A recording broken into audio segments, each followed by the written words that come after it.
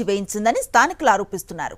సనాతన ధర్మం పేరుతో పాలన సాగిస్తున్నామని చెప్తున్న పవన్ కళ్యాణ్ దీనికేం సమాధానం చెప్తారని ప్రశ్నించారు. జనసేన నాయకులకు పవన్ కళ్యాణ్ నేర్పించింది ఇదేనా అంటూ మండిపడ్డారు స్థానికులు. రౌడీ షీటరు బూర్లి శ్రీని అనే వ్యక్తి కూడా ఎంతో కొంత తీసుకుని 15 లక్షలు లంచంగా తీసుకొని ఆయన పార్టీలో కలిపి 3 నెలలు మా గుడి తోలించారు సార్. ఇది వరకు కరెక్టా సార్? ఇంతవరకు మీకు కలవడానికి అవుతుంది అంటే ఏ రోజు కూడా మాకు కలవడానికి టైం లేకపోయింది, మాకు రావడానికి అంత స్తోమత లేదు.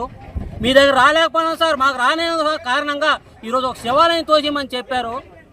అంటే రౌడీ షీటర్లకి ఎంతమందికి సార్ ఇలా రెచ్చగొట్టి అదే సనాతన ధర్మం అనేసి రౌడీ షీటర్లు రెచ్చగొట్టి ఊరి మీద వాళ్ళమే సార్.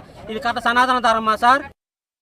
కొరికాన భవాని బూర్లి శ్రీనికి కుడి భుజం కాసి ఒక గుడి తోయించింది. ఒక బడి లేదు, ఒక గుడి లేదు, ఒక శ్మశానం లేదు. గుడివాన్న మాది రిజర్వాయర్ గ్రామం ఒక గుడి కట్టామంటే గుడి కూడా తోయించింది. దానికి అంత ఇదో ప్రతి నాయకుడు వచ్చి గుడి చూసినాడు. మరి ఆవిడ రావచ్చు కదా. జనసేన పార్టీ పవన్ కళ్యాణ్ తీయించినాడు ఈ గుడి. కొరికాన భవాని అది ఎక్కడ ఉందో దాని అడ్రస్ మాకు తెలియదు. అది గుడి తోయించింది వచ్చి బూర్లి శ్రీనివాసం రౌడీ సిస్టమ్.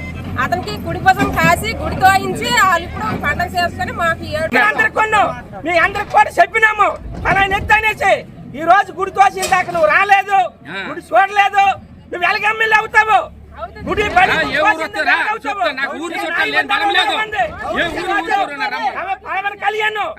రోజు గుడి తోయమని నీకు రాజధాని ఇచ్చినారమ్మా. నీకు పార్టీ చెయ్యాలా, తెల చెయ్యాలా, న్యాయం ధర్మం చెయ్యాలా, పేదవాడికి నువ్వు న్యాయం చెయ్యాలా. జనసేన వ్యక్తి బూర్లి శ్రీనివాసరావు ఇది కురిగాని పార్టీ చేసింది. ఇది జనసేన పవన్ కళ్యాణ్ గుర్తించి ఇలాంటి రౌడీ సెంటర్ కలుపుకొని ఇలాంటి గుళ్ళు, గోపురాలు, స్కూళ్ళు, బడులు కోలబెట్టమని పార్టీలో 5 స్థానంలో కల్పించాడు. మరిన్ని అప్డేట్స్ కోసం ఛానల్ ను సబ్స్క్రైబ్ చేయండి. నోటిఫికేషన్స్ కోసం బెల్ ఐకాన్ పై క్లిక్ చేయండి.